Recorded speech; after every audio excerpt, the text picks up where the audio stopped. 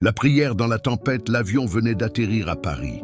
Les passagers descendaient un à un, fatigués mais soulagés. Grace, elle, se sentait étrange. Son cœur battait vite, comme si quelque chose n'était pas encore terminé. Alors qu'elle attendait ses bagages, une petite fille s'approcha d'elle timidement. Elle portait un petit manteau rose et serrait une poupée abîmée contre son cœur. Elle leva les yeux vers Grace et dit d'une voix douce: « Madame, pendant le vol, j'ai vu de la lumière autour de vous. C'était Jésus ?» Grace resta figée.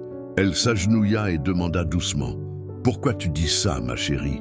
La petite répondit: « Parce que quand tu as fermé les yeux, le monsieur méchant derrière moi a crié et après j'ai vu une grande lumière blanche. Et Jésus m'a dit: « N'aie pas peur, je suis là. » Grace sentit les larmes lui monter aux yeux. Elle serra la fillette dans ses bras. Quelques minutes plus tard, une agente de sécurité vint vers elle. Elle dit à voix basse: « Madame, vous étiez dans le même rang qu'un homme qu'on vient d'arrêter. Il était recherché depuis des mois. On a trouvé sur lui des objets occultes et des documents inquiétants. » Grace baissa la tête, elle comprit enfin. Ce vol n'était pas un hasard. Dieu ne l'avait pas seulement mise là pour prier, mais pour intercéder et sauver des vies, peut-être même celle de cette petite fille. Avant de quitter l'aéroport, Grace leva les yeux vers le ciel gris de Paris et murmura: « Seigneur, je comprends maintenant.